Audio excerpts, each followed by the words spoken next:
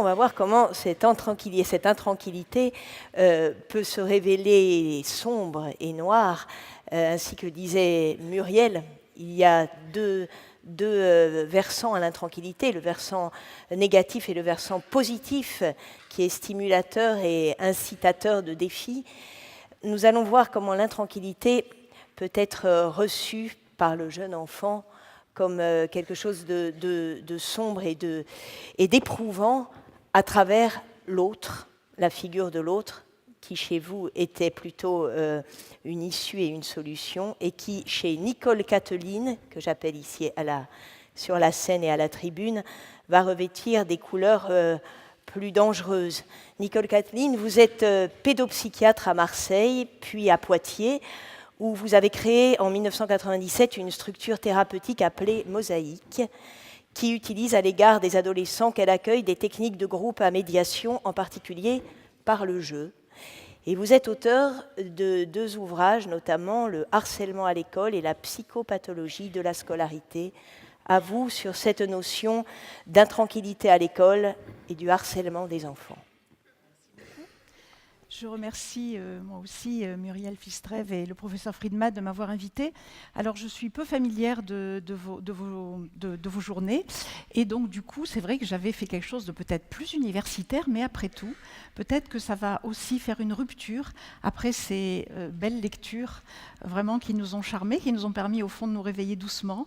Et bien cette fois-ci on va parler de choses beaucoup plus sombres, comme vous venez de le dire, le harcèlement à l'école. Et peut-être la question qui va se poser c'est au fond sur quels adultes l'enfant peut-il compter quand il va à l'école, et c'est bien toute la question du harcèlement. Donc c'est vrai que c'est un phénomène très récent, moi dont j'ai pris conscience au travers de mes consultations, puisque depuis 37 ans que j'exerce la profession de pédopsychiatre, je m'intéresse à l'école, et au fur et à mesure de mes consultations, j'ai vu arriver vraiment ce phénomène, et je me suis rendu compte que c'était quelque chose de central dans la rencontre de l'enfant avec l'école. Donc ce n'est pas un phénomène récent, mais en France, on a beaucoup tardé à s'en préoccuper, alors que dans le nord de l'Europe, on s'en est préoccupé depuis quasiment les débuts des années 90, avec des mesures mises en place. Et en France, on tarde vraiment à le mettre en place parce que on pense toujours qu'il faut bien que les enfants apprennent la vie, qu'il faut qu'ils apprennent à se défendre, au fond, que ce qui se passe dans l'enfance pourrait être le prémisse de ce qui se passera dans la vie d'adulte. Et donc, on laissait gentiment faire les choses en disant « il faut que les enfants apprennent la vie ». Heureusement, dans les pays du nord de l'Europe, les choses ont été prises de manière différente et de belles enquêtes longitudinales ont été portées à la connaissance du public par Éric de Barbieux, à qui il faut rendre hommage. C'est le premier qui a vraiment amené cette problématique en France. Il a permis que se tiennent les premières assises du harcèlement auxquelles j'ai eu l'honneur de participer. Et donc, c'est à la suite de ce travail d'Éric de Barbieux qu'il y a eu les assises du harcèlement en mai 2011 et puis les campagnes successives qui ont été faites. Donc, pardon, j'ai fait des bêtises et j'en ai passé une. Voilà. Donc, les chiffres, alors, ils sont en constante évolution. On retrouve 15 à 20% des enfants d'âge scolaire, mais il faut moduler maintenant ces chiffres parce que, avec les réseaux sociaux, avec le cyberharcèlement, eh bien, on se retrouve à des chiffres de 30 à 40% d'enfants concernés par le harcèlement, c'est-à-dire victimes, harceleurs, harceleurs victimes et éventuellement spectateurs. Donc on est à des choses vraiment beaucoup plus importantes. Ce qu'on peut dire simplement en termes de genre, c'est que les filles sont en effet malheureusement plus victimes et les garçons plus agresseurs, que le harcèlement n'est pas croisé pour les filles, c'est-à-dire les filles harcèlent les filles. En revanche, les garçons harcèlent les deux, filles et garçons, ce qui pose un problème. Et on le verra également, les filles malheureusement sont celles qui ont le plus de conséquences affectives, peut-être en lien aussi avec le développement de leur empathie émotionnelle. Ce sont les travaux que je suis en train de faire en ce moment. Donc voilà, la définition au départ, c'est le school bullying, qui est le terme officiellement reconnu par les anglo-saxons, qui a été traduit par harcèlement, vraisemblablement en lien avec les travaux de Marie-France Irigoyen, qui dans les années 90 avait commencé à travailler sur le harcèlement sexuel. Ça a d'ailleurs été un terme qui a beaucoup gêné les médias, disant « mais ce ne sont pas des problèmes sexuels, vous ne devriez pas employer ce mot de harcèlement ». Les Canadiens, par exemple, emploient le terme de brimade, malade, mais bon, c'est le terme qui a été retenu. Donc en fait, il y a une définition très précise avec trois items qui doivent être présents en même temps. Conduite intentionnellement agressive qui se répète et qui dure dans le temps, visant à établir une relation dominant-dominé, et c'est la durée et la répétition qui font toute la gravité. C'est la relation d'emprise qui attaque vraiment le narcissisme des enfants, l'estime de soi, et ça laisse des traces la vie durant. Les enquêtes longitudinales dont je vous parlais l'ont montré, des enquêtes à 40 ans de suivi, donc des enfants qu'on a vus à l'âge de 9 ans, qu'on a retrouvés à l'âge de 49-50 ans, et qui avaient encore des traces de ce harcèlement, et dans la clinique, c'est des choses qu'on retrouve, et le harcèlement sur le net est appelé cyberharcèlement. J'ai voulu considérer, la différence d'Éric de Barbieux, qu'il ne fallait pas le ranger dans les micro-violences. Ce qu'Éric de Barbieux dit, c'est une violence qui ne se voit pas. C'est en ce sens qu'il avait employé le terme de micro-violence.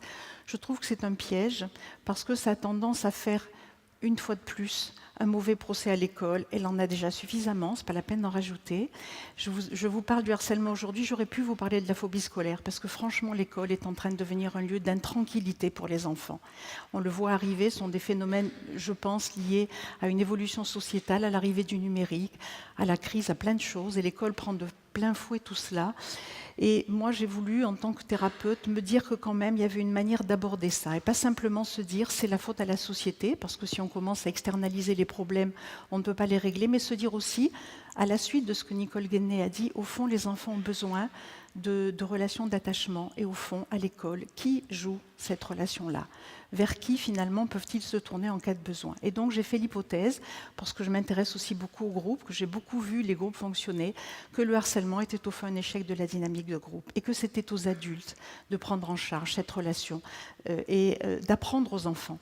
Voilà, donc ce qu'on peut imaginer, c'est que les enfants sont tous porteurs de différences, et qu'au moment où ils doivent, bien entendu, construire leur personnalité, ils ont besoin de beaucoup se ressembler et de n'avoir que de très petites différences. Lorsque la différence est très gênante et qu'elle met à mal un individu, eh bien le harcèlement va commencer.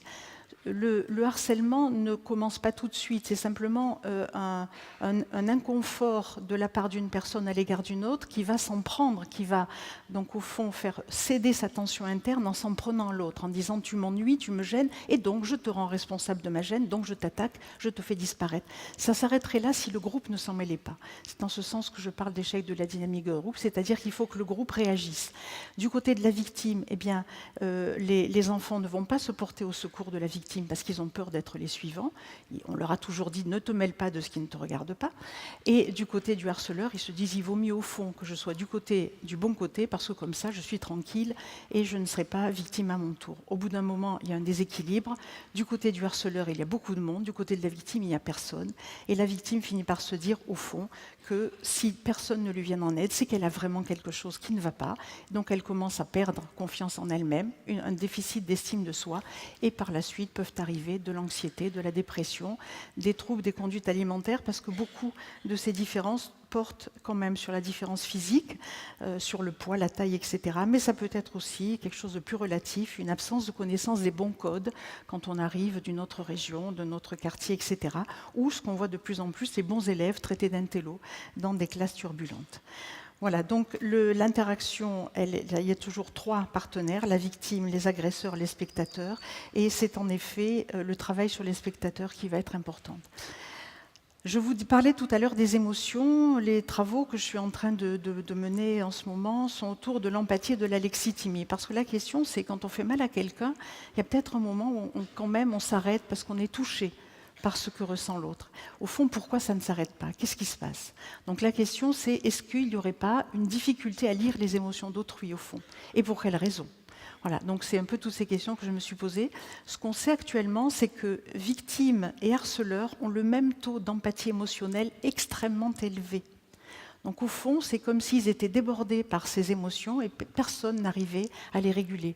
L'hypothèse que je formule, que j'essaie de vérifier, c'est que se développe ultérieurement une empathie cognitive, mais bien plus tardivement, certainement après 13 ans. Donc en lien sans doute aussi avec la maturation des lobes frontaux et préfrontaux, et que durant toute cette période où les enfants ont du mal à gérer leurs émotions, eh bien il revient bien entendu aux adultes de les aider à gérer ces émotions. Et on est dans ce que Nicole Guéné a dit tout à l'heure, il est important que les adultes s'en mêlent pour leur apprendre au fond à gérer ces émotions qui les débordent. Et après tout, ça fait partie aussi de la créativité, l'émotion, on l'a dit tout à l'heure. Donc au fond, ils ont plus de ressemblances que de différences. C'est la thèse d'Antonine Boulois qui a soutenu sa thèse là en octobre 2016 à Poitiers. Tout ça pour dire que finalement, harceleurs et harcelés ne sont pas si différents l'un de l'autre. Ils ont la même vulnérabilité, mais ils la gèrent de manière différente. Et ça, c'est en effet ce que les parents, leur environnement leur ont appris. Les victimes vont plutôt tendance à dire « moi la violence, j'aime pas ça, je ne m'en occupe pas ». Les harceleurs vont dire « moi quand j'ai une différence, je la nie ». Je dis que je n'en ai pas et au contraire, j'ai tendance à me montrer plus fort. Mais au final, ils ont tous les deux la même vulnérabilité et on le voit parce que finalement, ils ont des risques psychosociaux communs. Ils ont le même destin psychosocial. Ils ont le même risque de développer une dépression à l'âge adulte, mais qui sera gérée de manière différente. Les victimes vont s'effondrer alors que les harceleurs vont plutôt attaquer le cadre, ce qu'on connaît bien quand on est psychiatre d'adolescent, c'est-à-dire qu'ils vont plutôt avoir des conduites à risque, des conduites de marginalisation. Ils vont s'auto-traiter avec de l'alcool, du cannabis, des drogues, etc. pour lutter contre la dépression, mais au bout du compte, leur intégration sociale sera aussi difficile, pas par le même chemin, bien évidemment. Ce qu'on voit aussi, c'est beaucoup de phobie sociale à la suite de ces situations-là, parce que les victimes craignent beaucoup de se retrouver en groupe et il y a le risque de reproduction à la génération suivante. Le cyberharcèlement, c'est un véritable fléau qui a explosé depuis 2010, depuis les réseaux sociaux. C'est absolument phénoménal. Au début, on a cru que ce n'était pas la même population. On a pensé que les gens qui faisaient du cyberharcèlement, c'est une population un peu différente du harcèlement scolaire. Et de plus en plus, ça va très très vite. Dans les 3 dernières années, tous les travaux qui sont sortis ont montré il y avait un recouvrement vraiment de ces deux populations. Le cyberharcèlement est devenu une autre manière de harceler à l'école, après l'école, mais en lien avec l'école. Donc on voit bien vraiment que ça prend une proportion énorme, avec un risque beaucoup plus grand, parce que quand on est harcelé à l'école, on peut ne plus y aller. Et on limite le harcèlement. Quand on est harcelé sur le net, eh bien, ça n'est plus possible de se cacher. Et en plus, on met en scène des choses de l'intimité, puisque beaucoup de photos qui sont postées sont des photos où les personnes sont dans des situations de désavantage importants. Et le harcèlement sur le net est le plus impliqué dans les suicides aboutis, pas seulement dans les tentatives, mais les suicides aboutis.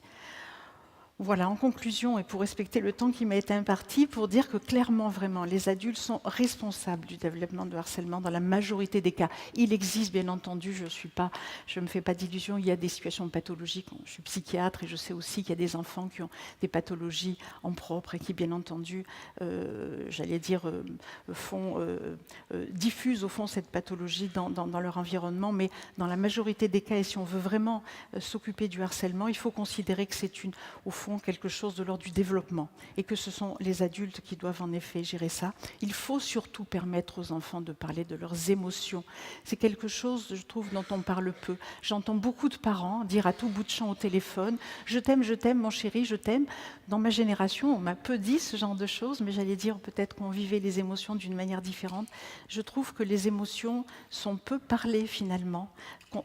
Elles sont beaucoup montrées, elles sont peu parlées. Et ce qu'on disait avec Nicole Guédné en aparté toutes les deux, on ne s'est jamais autant en effet préoccupé des besoins des enfants. Il y a beaucoup de travaux, beaucoup de colloques, beaucoup d'écrits. On sait ce dont l'enfant a besoin et c'est de plus en plus difficile pourtant en effet de le mettre en œuvre et c'est vraiment le cas pour le harcèlement. On sait beaucoup de choses et néanmoins ces choses-là n'ont pas pénétré l'école.